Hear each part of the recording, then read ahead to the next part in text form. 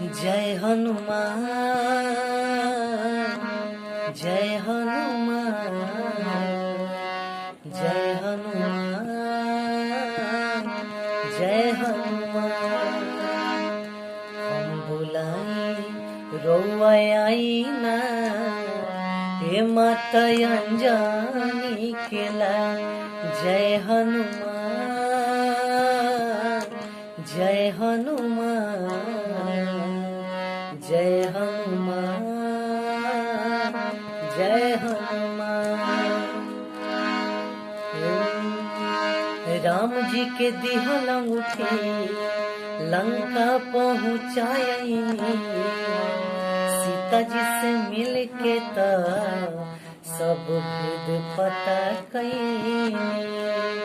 राम जी के दिहल अंगूठी लंका पहुँचायनी।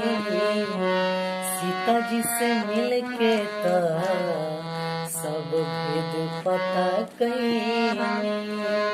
हम बुलाई रउआ आई ना हे माता अंजनी केला। जय